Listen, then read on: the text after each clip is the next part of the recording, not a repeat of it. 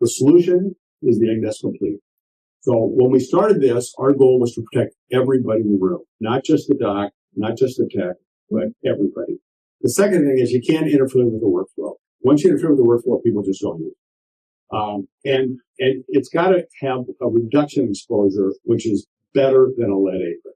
So replacing the lead apron, but being actually better than the lead apron.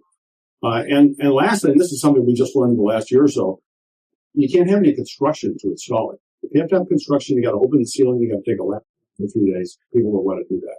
So on the right, you can see the EggNest Complete.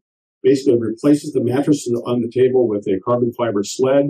There's shielding below, which passively moves with the X-ray, doesn't set off the X-ray detector, flip shields on the side that come up to surround the patient, and then finally a boom-mounted complete shield. The secret of this shield is it's got a variable amount of shielding potency based on where it's at. So much more at the bottom where the X-ray photons are, less at the top where you don't really need them. That reduces the weight. That allows you to put it on almost anybody's standard boom you already have. You just take your Mavic shield out, swap it out, and 20 minutes later, you've got an EggNest Complete installed. So the next question is, why now?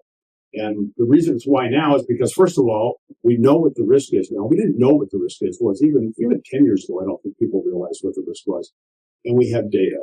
So we've got an EggNest Complete solution. We've got 4 published studies, 14 abstracts, 6 studies in progress.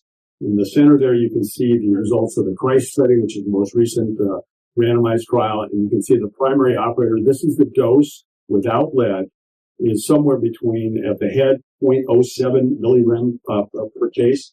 And at the hip, which, by the way, is the hottest zone everywhere, it's around 0.2 milligram per case. The assistant has even less, almost nothing. And the nurse who's not behind that complete shield, but doing the full case because you get 360 protection, the nurse is almost zero as well.